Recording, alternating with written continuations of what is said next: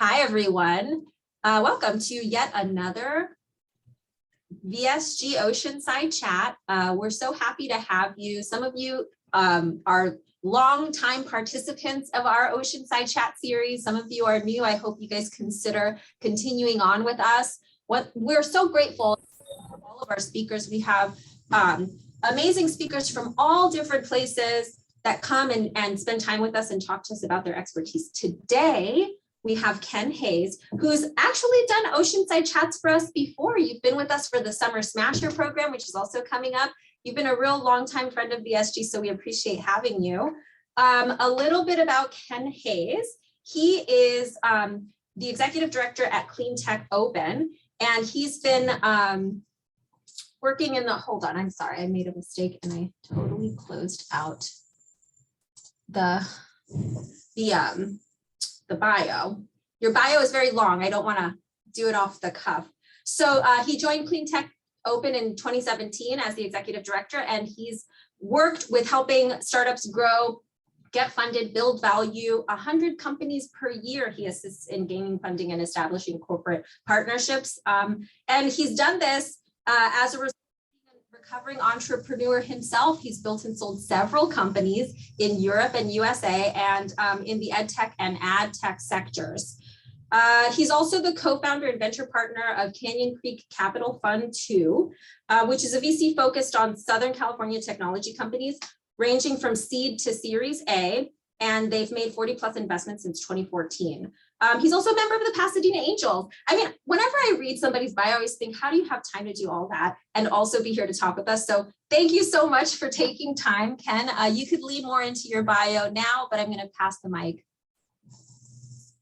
Well, thank you, Arcelia. Well, the answer, the way I do it is I'm old. I don't necessarily do these things simultaneously, but in sequence. But thank you so much for having me, and I really appreciate it. I'm going to share my screen here so that I do have a short presentation. The format is kind of PowerPoint year 2002. So we got some good bullets, and as Arcelia said, I'm happy to do this in kind of an interactive format. In Cleantech Open, we use Zoom all the time with hundreds of participants in dozens and dozens of events. So go ahead and raise your hand or type in the chat, and I'm happy to respond. So the title of this is Accelerators versus Investors. Can entrepreneurs get the best of both? And having both run an accelerator and being an investor, sometimes it works and sometimes it doesn't. And I think for a lot of you out there who are entrepreneurs, it's a really complicated landscape. And I will hope my goal here is to kind of simplify it.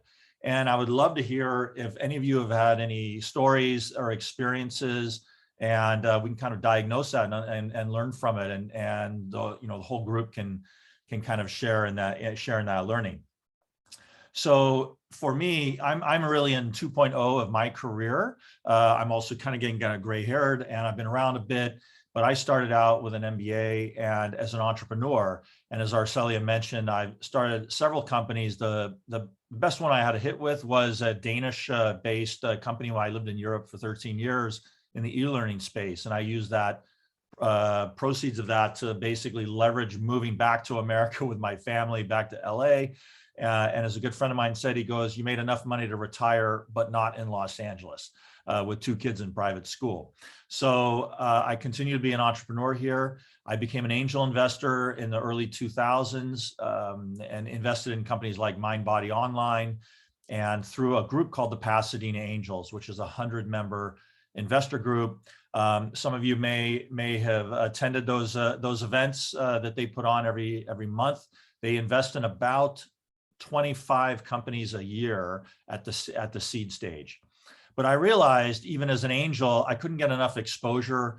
And so I wanted to leverage, kind of scale up my activities, and partnered with Buck Jordan, who now runs Wavemaker Labs. And we formed Canyon Creek Capital, which, as Arcelia mentioned, is a vintage 2014 to 2016 VC fund here in LA. And had a very specific investment hypothesis to invest in companies that bridge to the A rounds.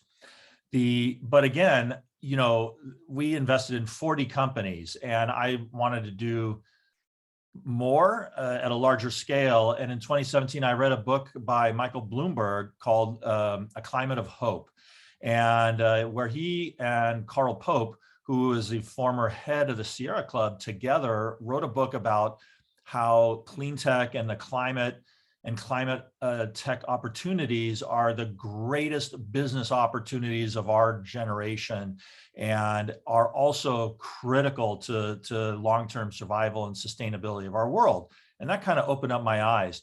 In Canyon Creek, we were looking at investing in companies like, gourmet pet food home delivery.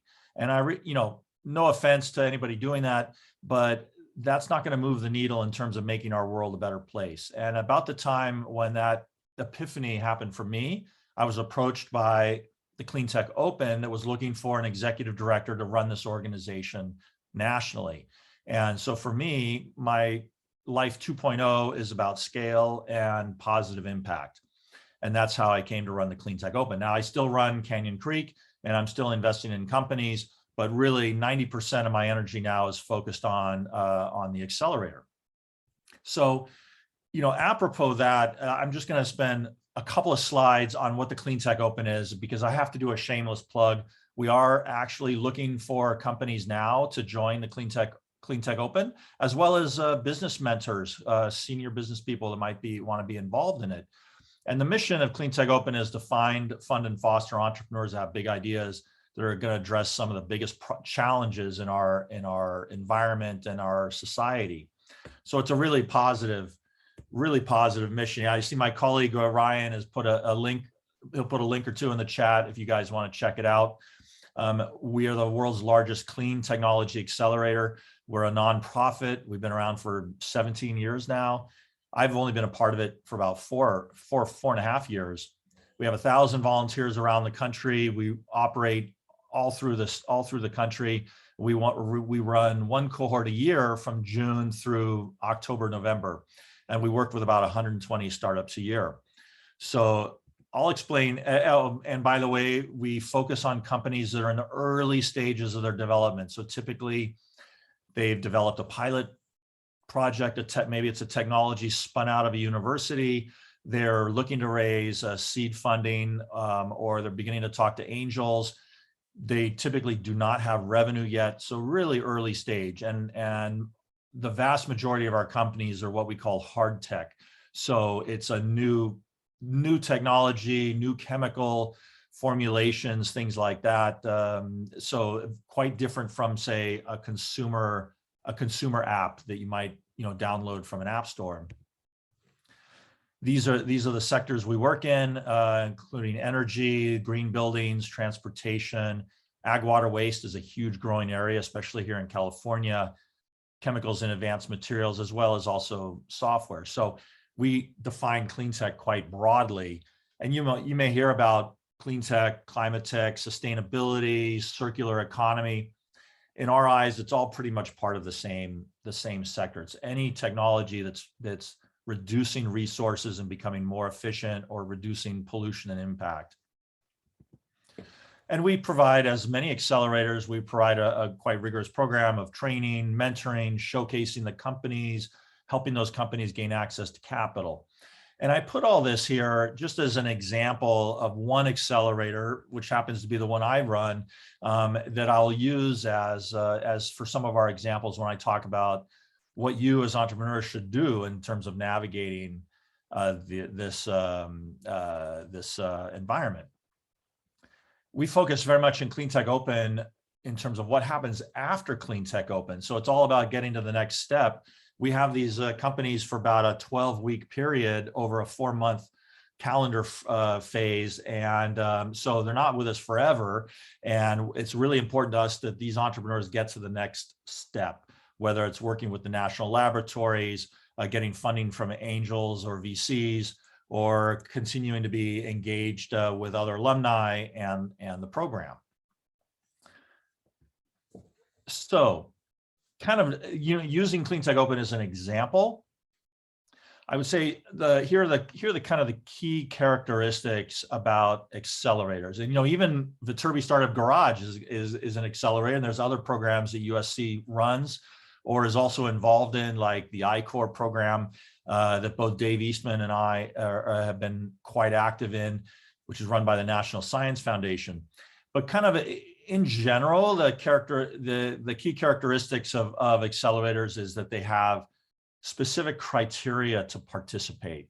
So for example, in Cleantech Open, it's the sectors of the technology sectors of the startups. And it's really important if you're looking for an accelerator that you understand kind of what their criteria are. Otherwise, you know, they're going to ding you, and it's nothing personal. It's just that you don't fit what they're looking for. Accelerators also have a typically very structured program. And in our case, in Cleantech Open's case, you know, we kick off with a 3-day, 2.5-day MBA style boot camp. And then we have one session a week for the next 10 weeks. And then we finish off with demo days and pitch competitions where the companies can win prizes. So it's very structured. And if you show up as an entrepreneur in the middle of June, say, I want to join Cleantech Open, sorry, because our program started the 1st of June and we actually secured all the participants in May.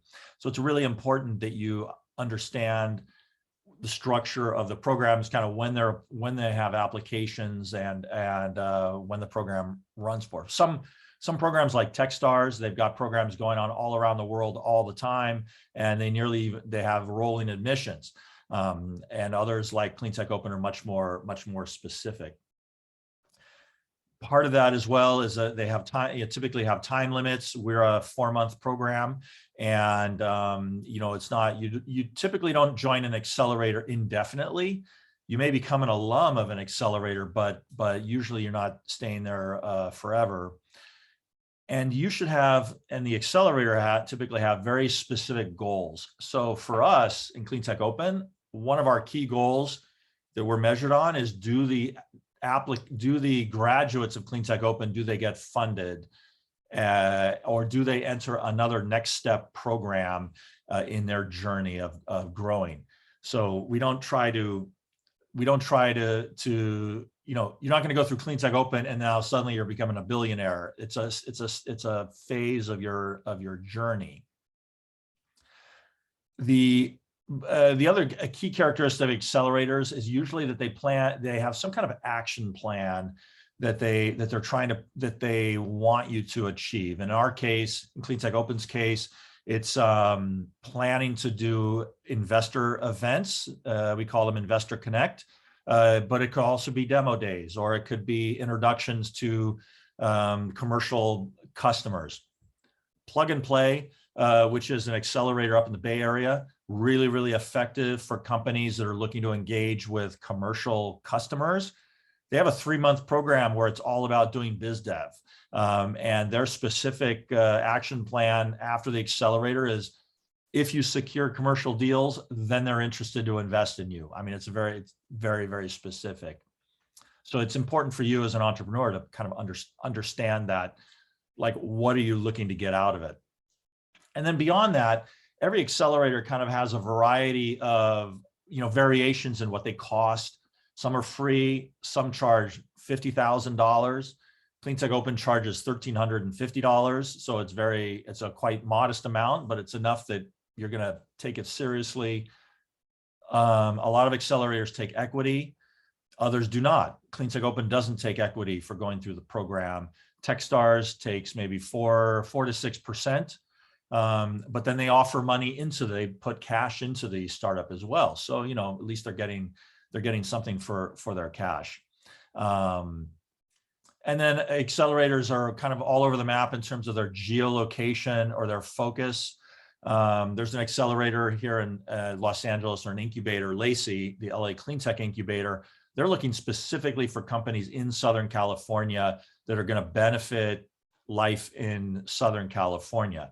Cleantech Open, we're national. We take companies from anywhere, and as long as they're looking to do business in America, that's fine, and we don't care where they actually are located. We do a lot of our work on Zoom online anyway, so in that sense, it doesn't matter where people are. We have entrepreneurs that were based in California, but they happen to be in Brazil for 3 of the months of our accelerator, and I didn't even realize they were out of the country because they're just a video on my screen.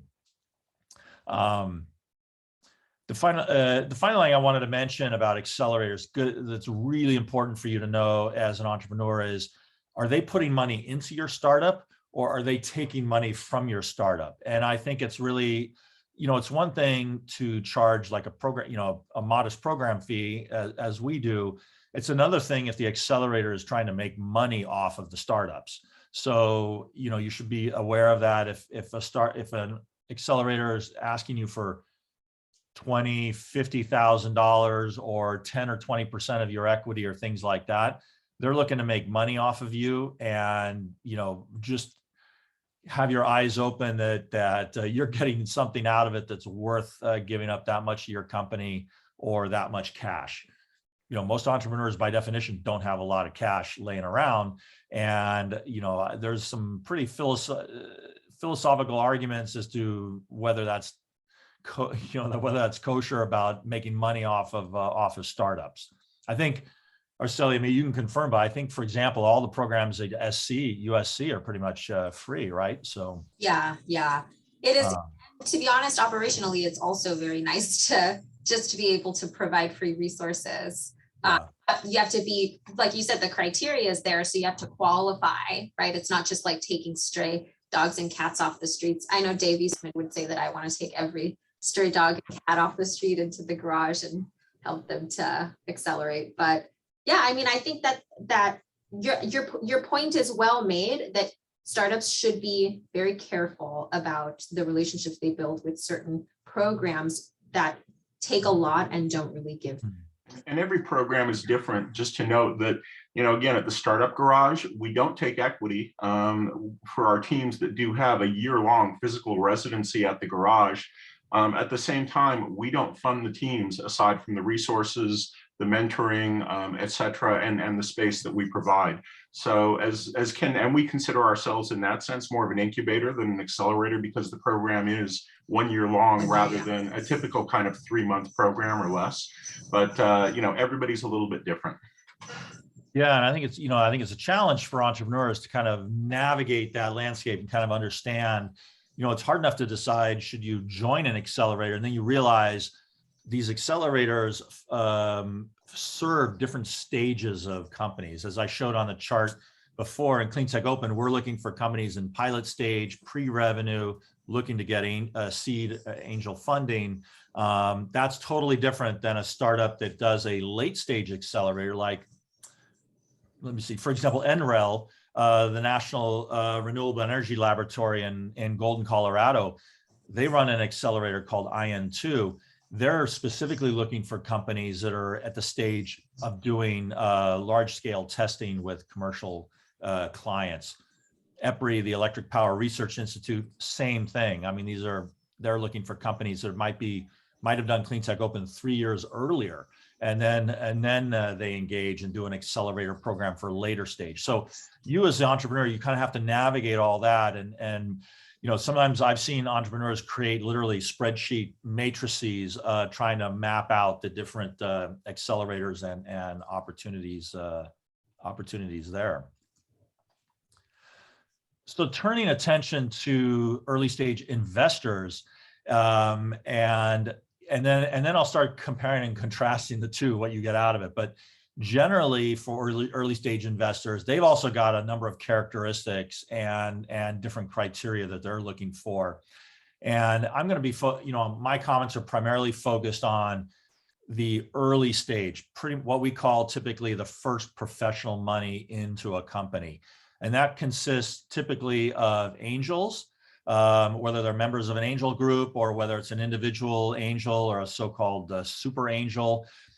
These are people that are actively investing in multiple companies, a little different than maybe your rich uncle that, wants to, is investing in starting a restaurant or something.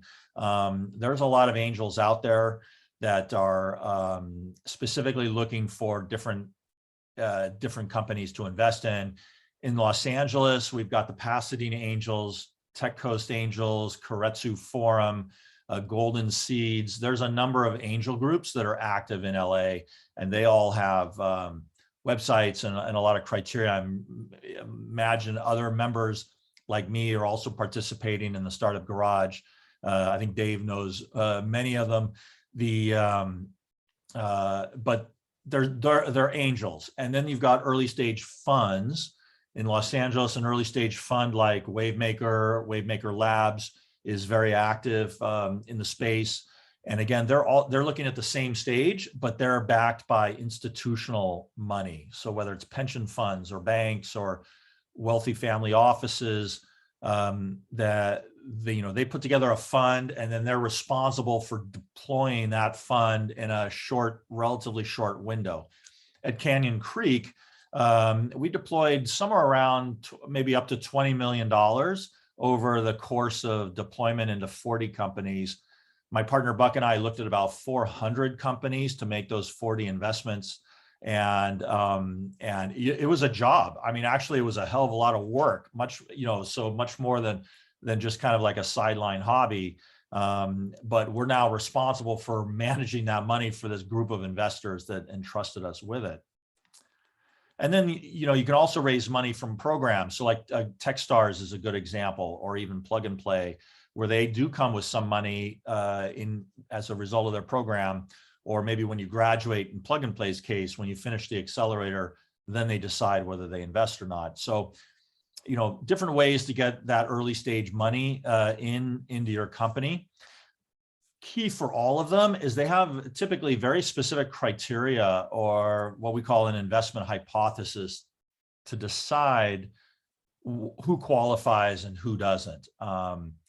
In in Canyon Creek's case, our investment hypothesis was companies raising seed to a Series A located in Los Angeles that were in the tech space, specifically ad tech, SaaS, software as a service, and then we got into robotics. So like those three areas, which also included media, really is what we were looking at. And if a company showed up and they were either really early or they're already, Series B, could be the best things in sliced bread. But if it doesn't fit the investment hypothesis, it's not going to get money from that particular investor.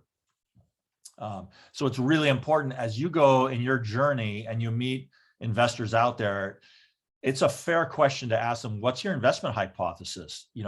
How much money do you look to deploy in any given deal? We call that the bite size. Like, what's your bite size? Sometimes it's $50,000, sometimes it's 500, but usually the fund manager will be, or the angel will be happy to tell you kind of, well, I typically invest between 100 to 200,000 per bite in a given company. So you have to understand that, and you kind of have to suss that information out. So like, not all investors are the same, and the more you can learn about them, the better, the easier it'll be for you to kind of manage all of that. Another distinguishing characteristic of early investors is kind of their intensity of involvement. So, little dirty secret, every investor will tell you they want to be involved and they want to help you out and they want to help make your business better.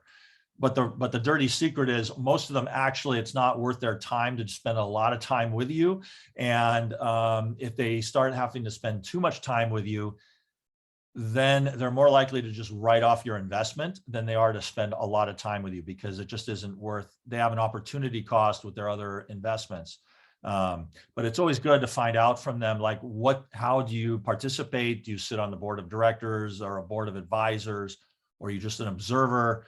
And that can be good or bad, to be a one extreme or the other.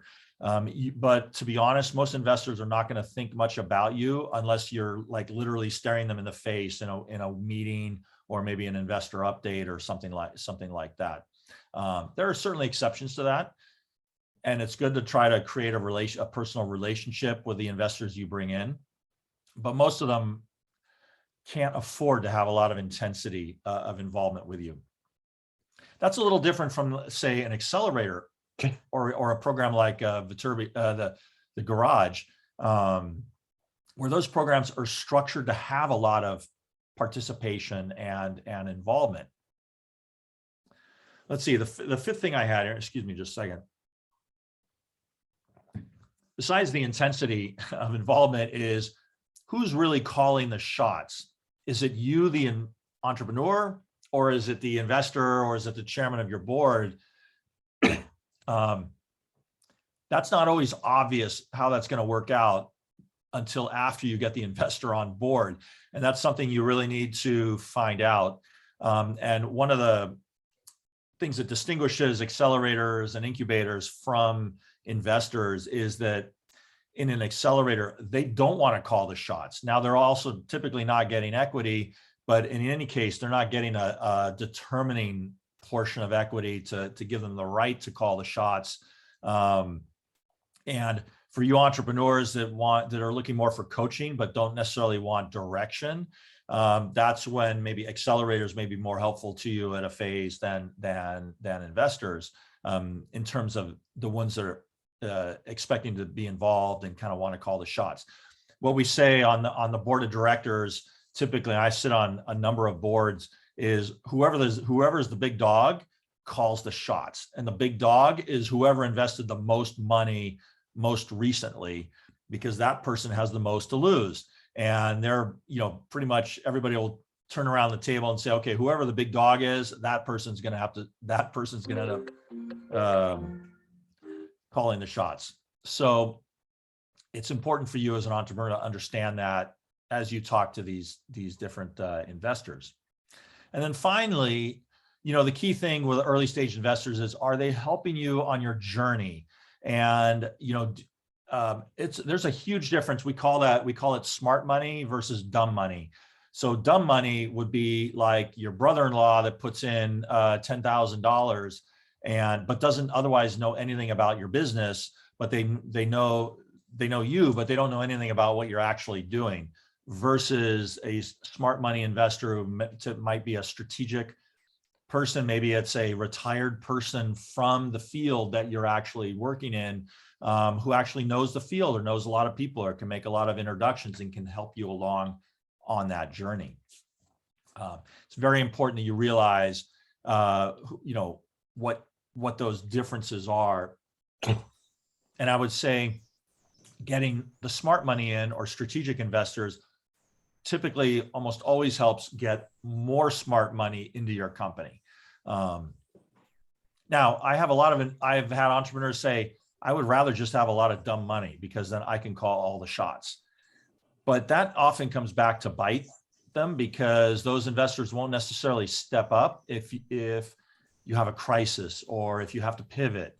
They're not necessarily as understanding, or they don't realize, as most of us, like in our fund, we pretty much budget to lose half of the money we invest. Like we don't take it personally. If an entrepreneur fails and they lose all our money, I'm not going to send some goons after them and with a hit squad. That's like literally part of the business. But dumb money investors don't necessarily think that way, and they have different expectations. So my suggestion is always go for the smart money. Can I add something very quickly? Sure. This actually was a very recent conversation at one of our founder circle meetings. One of our teams was being, was in the early stages of negotiation with some dumb money. And as a group, we all kind of decided that, like you talked about intensity of involvement from the investor's point of view, right? How intense is their involvement after they've funded? But there's also kind of like a reverse to that. When you take dumb money, the intensity of involvement with an investor, like friends and family style, where you have to handhold them through that entire process. You have to be the investor in the room, because they aren't familiar with all of the aspects of what it means to make a good deal. And even though you could potentially take advantage of that, a lot of early stage startup founders don't really know that landscape. They need the professional investor to help them understand how to do that well, right? And the amount of time that you spend learning about all of your options and what type of investment you should do, whether it's a safe note, all of the different avenues. If you're the one having to do the heavy lifting there, it's almost not worth the money, considering it's probably not a very great deal of money in the first place. And so there's just so much to think about when it comes to the money aspect. I mean, that's a great point. Those of you that may have worked in a company, we've all had those customers who are super needy. And it's one thing if a customer is really needy and they're paying you a lot of money, because then at least you feel like it's worth it. But oftentimes the most needy customers are the ones that are super cheap and you're not making any money from them. Those are the customers that you need to get rid of. And dumb money investors can be a little bit in the same boat. As Arcelia mentioned, that they can be very needy, and they consume a lot of your time, and they don't understand what's going on. That also argues, Ken, in terms of coming from the same position you have, though you're on both sides of the table, that you want to be very careful about which individuals you take money from, because when you, assuming that your company does well, you go to the next stage and you're raising institutional capital from VCs. It could be more brain damage than it's worth for a VC to come in, look at your cap table, and see that you have any number of high net worth individuals who have a number of different price points, expectations, et cetera, et cetera. And by the way, that also argues against trying to get the highest valuation you possibly can from your uncle, because you may think that you're getting a great deal, but the thing is that sort of thing tends to get unwound, because the VCs are going to go by what the market is. And if you have taken your uncle to the cleaners, your uncle's going to be very unhappy with you when a VC comes in with what your uncle considers a down round, which it really isn't. Yeah, I mean, that's a great point. I've actually not encountered professional VCs that ever want to screw over the entrepreneur, because they recognize, entrepreneurs are like the jockeys on a racehorse. And at the end of the day, it's the jockey that's racing the horse and doing most of the work. And usually the VCs recognize that they have to be cooperative and support the jockey or the entrepreneur. And so usually the VCs won't screw over the entrepreneur, but I've seen a lot of dumb money investors try to do that because they may think they're getting ripped off, or to them it's just a one-time deal or things like that. In our fund, Canyon Creek, my partner and I definitely developed like whitelist and blacklist of people who maybe co-invested in a deal. And we obviously never wrote down or published the list of investors we would not participate with on a deal. But there's absolutely people that if a company came to us, again, could be the best thing since sliced bread, but if one of those investors was involved with a company, we just would walk away from it. We didn't want to be a part of it. Okay, I've only got 2 slides left. Kind of the title of this was Investors and Accelerators, can you get the best of both and work together? And where it does work, and quite successfully, is I think in these 4 areas. One is there an alignment in mission? So I'll give you an example. Cleantech Open is, our mission is to find, fund, and foster entrepreneurs with big ideas that are going to make big positive impacts on the environment and society. Well, there's also investors that have that same mission. A great one that's really risen in the last few years is called Breakthrough Energy Ventures. You might have heard of that. Bill Gates has personally funded that fund together with Warren Buffett and a number of others, billionaires, and they are actively deploying hundreds of millions of dollars. I think they've set aside $1 billion in the first fund to fund clean tech and clean energy companies with a very similar mission as Cleantech Open. So our alumni, meet with Breakthrough Energy. Breakthrough Energy tracks our pipeline. There's a lot of positive overlap there. The other area of great cooperation is when an accelerator, and typically you will go through an accelerator before you get investors, but sometimes you get investors and then you go to a late stage accelerator. But if either party is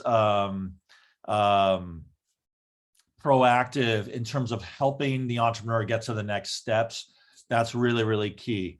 Are they introducing you? Are they doing programs like demo days, but not just giving you the chance to do a demo day, but actually taking your hand and say, hey, you should meet these investors, or you should meet these next stage partners. That's really, really important. And then that's where both accelerators and investors kind of really, really come together. The third area of positive cooperation is reputation. So it's really, as Dave mentioned about, you could have investors on your cap table that are toxic or problematic for later investors. Reputation does matter in every sector. And when you work with an accelerator, you want to look to see, okay, which investors and what companies have they worked with, and which investors like to invest in those companies, so that, and does that accelerator have a positive reputation that investors are going to want to say, hey, look, if you graduated Cleantech Open or Techstars Sustainability Accelerator or whatever, definitely we want to talk to you. In my case, as a VC, my epiphany came doing the NSF I-Corps program, where those entrepreneurs learned how to do customer discovery and find product market fit. And for me, man, that was a revelation. And I basically have said since, if you complete the NSF I-Corps program, I will always give you a meeting in Cleantech in Canyon Creek, at least at the time when we were deploying. Okay, and then the final thing here is, in terms of positively working together, is the alumni network. Techstars, for example, is famous for having a very active alumni network.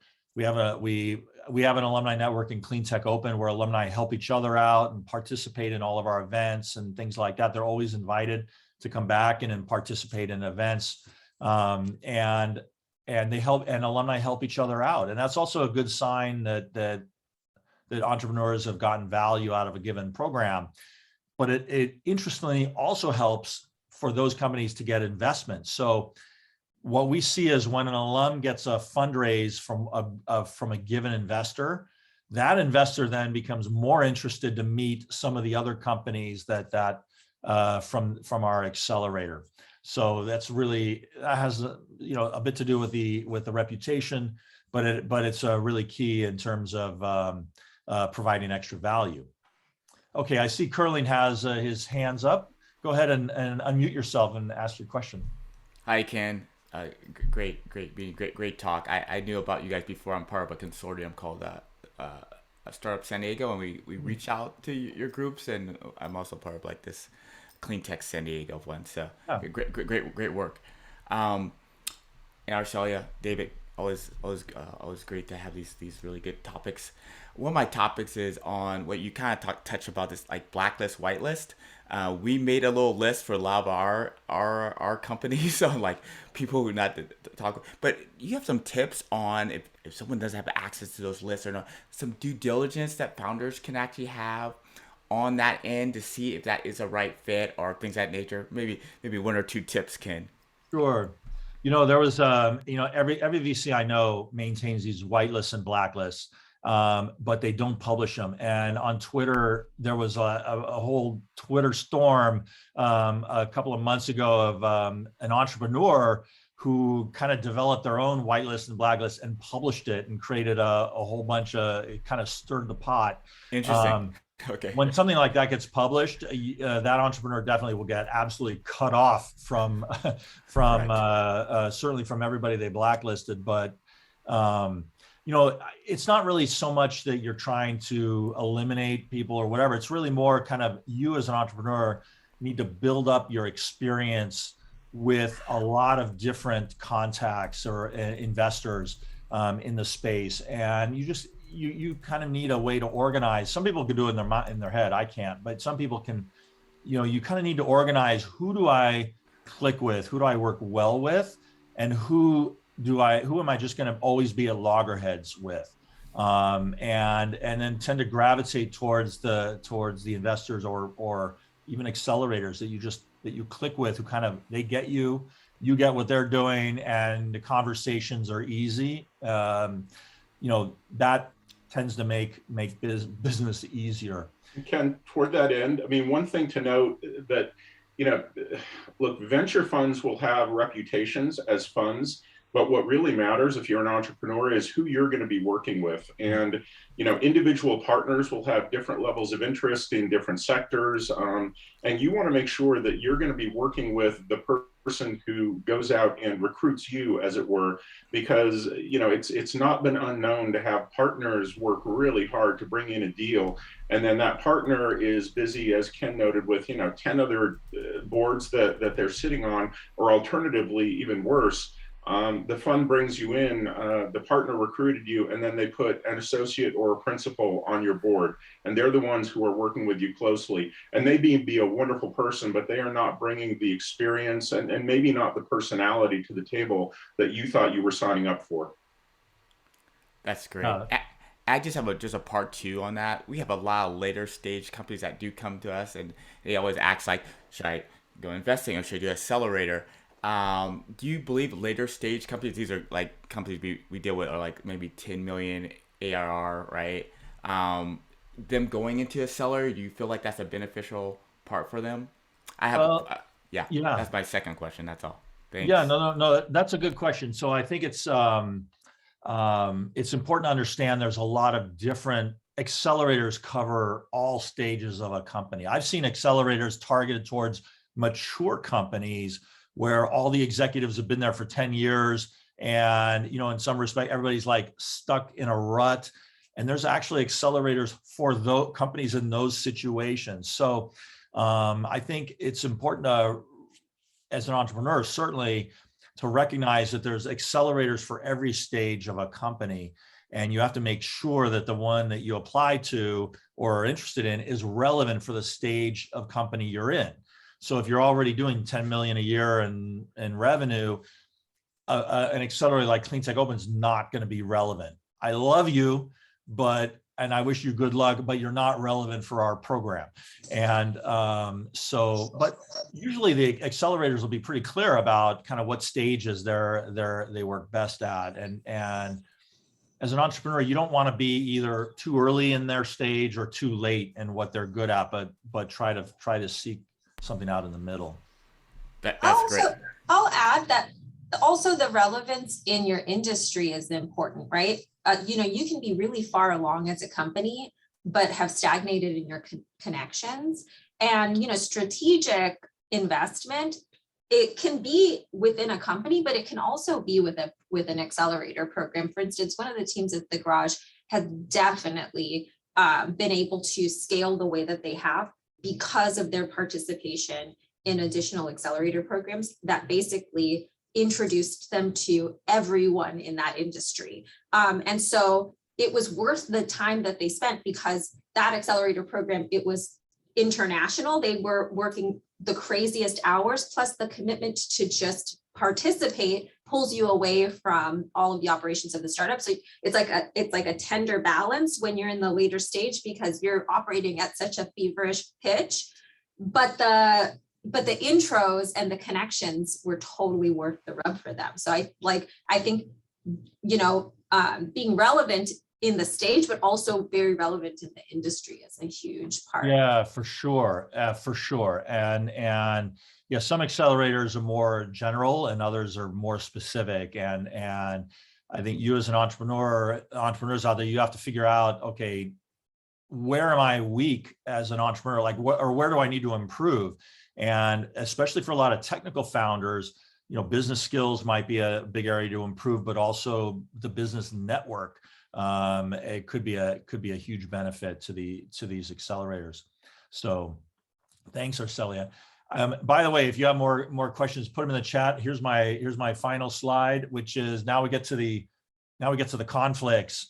And if any of you have any horror stories, I want to hear them in the last 12 minutes. But the where accelerators and investors kind of come into conflict, and you as an entrepreneur have to be really careful about it, is it's a complicated path as an entrepreneur.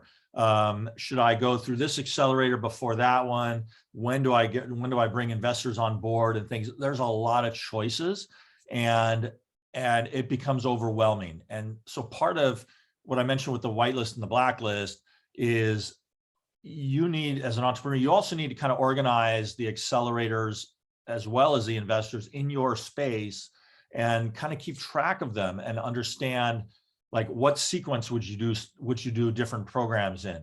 A good example is Plug and Play up in the Bay Area.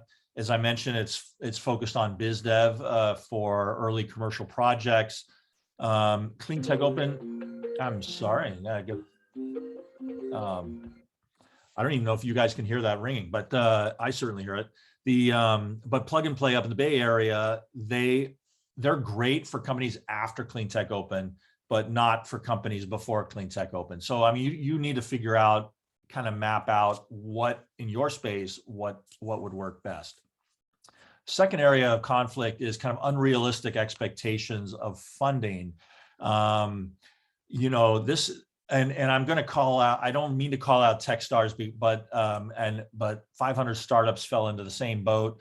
About 4 or 5 years after they got those accelerators got popular, they started taking on so many companies, and then they have these big demo days, and the early stage investors like angel groups realized that the entrepreneurs were getting unrealistic expectations of their valuation or how easy it was going to be. They thought, oh, I'll do a demo day and then I'm just going to raise $500,000 and it's easy. And that worked in the early days when there weren't a lot of companies that had gone through that. But once those accelerators start churning out 200, 300 companies a year, kind of across that sector, it overwhelmed the early stage investment ecosystem, and not everybody was going to get funded. And investors also started getting skeptical that, you know, these are companies that are, you know, expect to be worth $5 million, and all they have is a PowerPoint and a fake MVP demo. It worked in the early days, but after a few years, that tapered off because investors just got too skeptical. So you have to be really careful as an entrepreneur what you can realistically expect, having gone through an accelerator and then getting and then engagement with investors. Kind of related to that is when a reputation of an accelerator exceeds the capabilities. This is a good example of this is a demo, what I call demo days gone wrong. You know, there's an expectation when you're in one of the big name accelerators that when you do the demo day, you're going to raise money right away or very quickly. What happens is for the chunk of companies, maybe it's half of them that don't raise right away, they then go out on their own and interviewing with investors and things like that. And then as an investor, you're sitting there going, well, you did this demo day, you know, here it is in March, and you did a demo day in October. You know, what's been going on in the last 6 months? Like, why didn't you get funded at the demo day? You know, I want to invest in the companies that got funded at the demo day, not the ones that are kind of the leftovers. So you can, as an entrepreneur, you can fall into this really bad trap that if you don't get funded right away, or kind of what the expectations are, you almost become kind of toxic. In the real estate business, it's kind of like if you go to sell your house and the house sits on the market for 6 months, and we're in a hot market right now, like, why didn't your house sell in the first 2 weeks? Like, why, you know, it's still sitting on the market 6 months later. You have to be very, very careful about that. And then the final thing is it better to skip an accelerator and just go straight to investors, or vice versa? And, you know, only you can answer that question. But again, in Canyon Creek, we had a number of companies where we said, look, you're strong enough already. Maybe it's an entrepreneur that's already started 3 or 4 companies before, and they already had raised money from professional VCs a couple times before. They don't necessarily need to do an accelerator, because they've got the capability and the track record to actually raise funding straight up. But most entrepreneurs, especially first-time entrepreneurs, are not going to get that kind of reception from investors. And so that's where an accelerator with a good reputation can really benefit. But I see it all the time that entrepreneurs are able to raise directly from early stage investors without having done an accelerator, and that's perfectly fine. Okay. I guess the final point is you can succeed along many paths. There's many ways to skin the cat, as they say. And if you stick with it, you have to be both a bit of a maniac with your vision, but you have to be realistic enough to know when to pivot or when to quit or when to fold. You can eventually you'll get success, and maybe not with the first venture. It might not be till the 10th venture, but it will be possible at some point. So with that, I want to, I'm done with this. In fact, I can stop sharing my screen, and happy to take additional questions, and I can stay on a bit longer too, if there's others that have questions or comments. I would actually like to, maybe somebody can raise their hand. Have any of you been through an accelerator already? And what was your experience about that? Or maybe nobody has. I don't know. I can call some names because there's definitely some VSG teams in here. But they probably don't want to be very honest about their experience with me in the room, right? Does anyone else? I know Menachem, Anita. I know Tom just joined us. Irving. Anyone? Hi, hello. Hey, Tom. You've been through other programs and also the I4 program, so you probably have a lot to say about programmatic support. Yeah, well, the shortest version is we've absolutely loved being part of the USC Fraternity Startup Garage, amazing accelerator and program here. As far as other accelerator programs, obviously not as good, but still very good. So programmatically, yeah, there'll be some good support, and then there'll be some training sessions that can often be helpful, although some of them, sometimes there's not a fit as far as stage. You find yourself always going back and doing business model canvases, which is always good, but sometimes they feel, sometimes some of the training sessions don't feel stage appropriate. Yeah, maybe I can address that. So, as I mentioned earlier, a lot of accelerators have kind of typically a structured program. And if you as an entrepreneur might already be really strong in some areas, and then you feel like, oh my God, it's like, I'm back in fourth grade doing long division again. I think it's important as an entrepreneur to kind of step up and say, look, either I've already done that area, I already feel strongly prepared, and maybe re-emphasize more time for areas that you're weaker on or that you want to explore more deeply.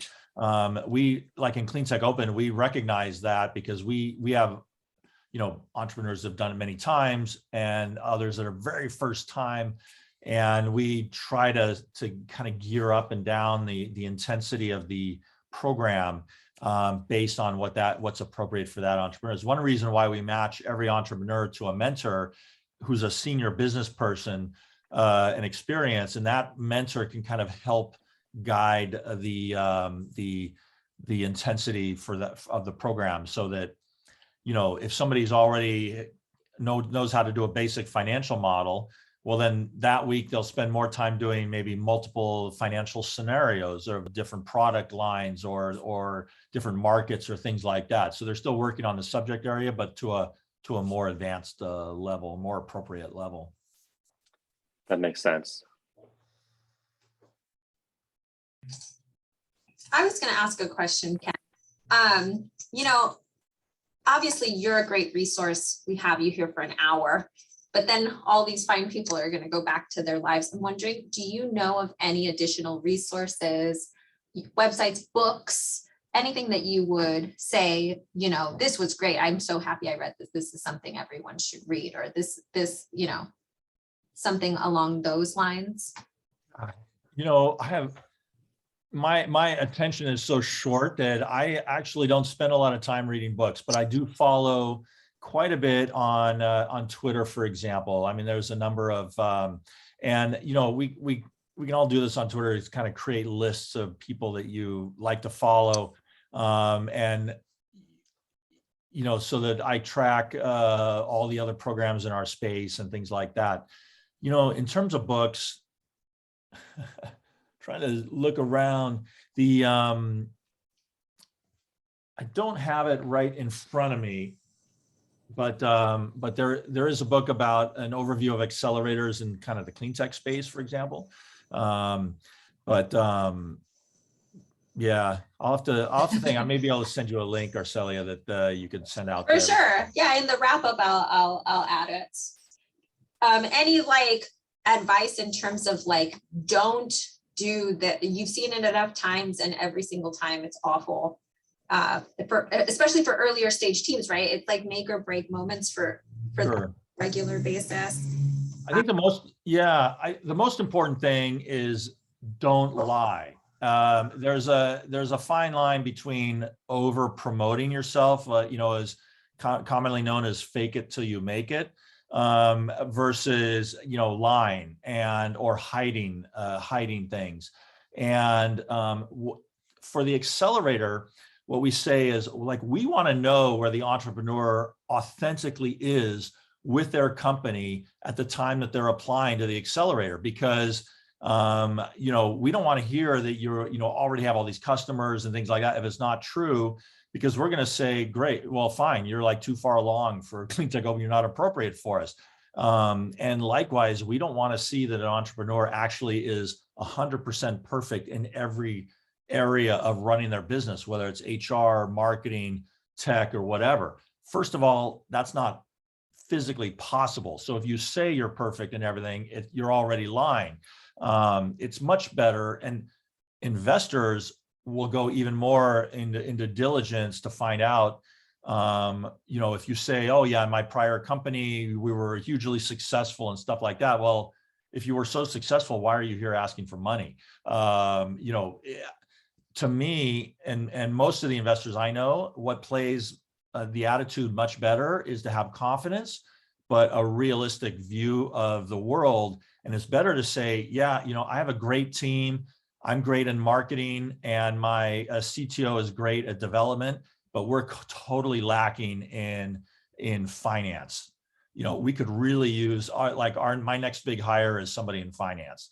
Then you're building credibility with an investor, rather than lying and saying, yeah, we can handle everything, because the investor is going to discover that you can't, and they're either going to not invest or they're going to be really pissed off. So you can never lie. You can be confident, but you can't.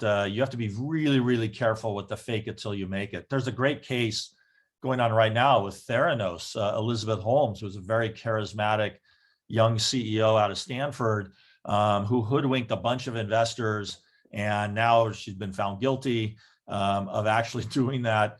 And that's like the ultimate fake it till you make it. What's interesting about that case, and by the way, there's like an 8-hour podcast that you can listen to, which has all the original interviews, is in popular press, they say, well, she tricked all these VCs to investing in her company. There was actually no VCs in Silicon Valley that were experts in the med tech space that invested in her company. They all knew it was a sham, but she talked a lot of dumb money investors into putting money in. So that was a real red flag to people that were actually in the industry. So again, even if you could lie, don't lie. That'd be the biggest red flag. I mean, that's such a good point. I think some of the things I'm often encouraging founders at the garage to be is really reflective, like self-reflective. Being vulnerable is a lot more challenging than it is to be guarded and hide, right? But I do think that part of the psychology of a startup founder is that you're up against so much that you have to every day sign off on what you're doing, right? You have to constantly be boosting your own ego, because on a regular basis, you're being rejected. So you have to believe you're drinking your Kool-Aid more than anyone else's, right? So, but at the same time, you have to know who to not pass the Kool-Aid to, because those people will serve you better if you are being very vulnerable with them. And I think an accelerator program is a safe space to be very self-reflective and vulnerable, because the whole point of it is to provide you resources to help you. But I do think that plenty of teams actually, they see it as an application. They need to prove themselves to get in. And then when they're there, they continue on that pathway of kind of like guarding the real information, and just it's all rose colored glasses throughout the whole program. And they really lose their opportunity to get the help that they needed. So it's not easy. No, and that one of the ironic developments of especially social media, and you'll find medium threads of entrepreneurs that like basically describe every day and kind of all the ups and downs and stuff. There's a lot more transparency now to starting a company than there was, when I was building my companies in the 90s and the 2000s, where you could do a lot of stuff in stealth. Now it's a lot harder to operate in stealth mode. And it's actually, in terms of building a culture in your company, not necessarily beneficial in terms of outreach to the industry and things like that.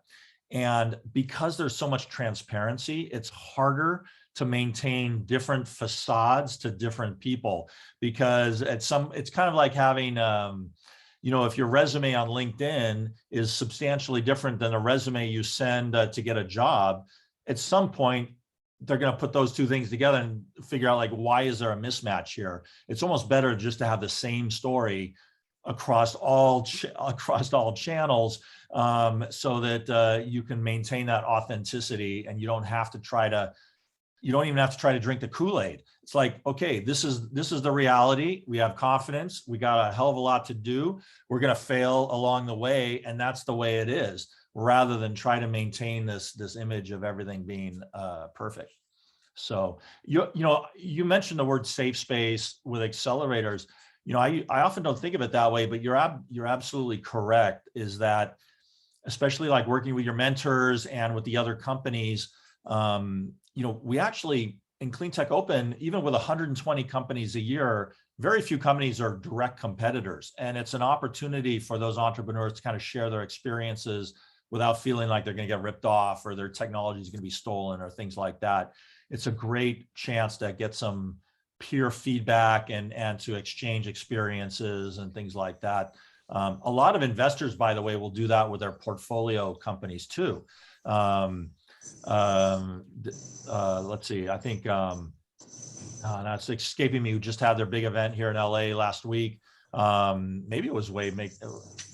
Can't remember if it was Wavemaker. Upfront, actually, it was Upfront, also a big VC in LA, fantastic firm, just had a huge summit, and they invite all their portfolio CEOs to it, and they have a lot of exchange and things like that. So definitely take advantage of that. Well, we're well over. I'd like to just say thanks again, Ken, for taking time and talking to us about this kind of like dichotomy approach to investment and how to do it and whether or not it's right. Also, just, additionally, shamelessly plugging your application. Obviously, it's almost like that show Hot Ones. You come, you do something for us, and then at the end, you tell us what's going on in your life and what you would like. So everyone, please check that out. The link is in the chat. And also, I'd like to mention that we're also currently recruiting for our incubator program. We have an info session this Monday, but if you can't make it for that, I'll send out the video. The application closes end of March. Similar to what Ken was saying, we're only here to help. And so there's a reason why you shouldn't apply if you're an early stage tech startup team that is in Southern California, LA based. We'd like to see your application. So they don't have to be part of USC, right? Necessarily? No, we do play favorites for USC alumni. If you have a student on your team, we like to support USC. We love to support Viterbi, obviously. They pay the bills here. But no affiliation required. I think the big requirement for us is that you are local, that you're going to come and you're going to work in the space and be a team player. You're with us for a year. In some cases, Tom, I'm looking at you, you're with us for more than a year. And we just love supporting early stage. The whole point is to make Silicon Beach, an innovation space that people can see, that's on the map, and USC wants to be a part of that. And so please consider applying. And then again, thank you, Ken. Hopefully, I feel like I can get you back whenever now, because I've been able to wrangle and hook you in a couple times now. You basically are, you're in the family. Well, thank you. No, I love where I should have attended USC, but I was living in Europe at the time. Maybe in my next life. Yeah. All right. Well, thanks again, guys. We'll see you hopefully on Monday. If not on Monday, you'll definitely hear about our next Oceanside Chat event. Great. Bye, everyone. Thanks, everybody. Great to see you. Thanks, Ken. Thank you, Dave. Good to see you. You too. Take care. Adios. Bye.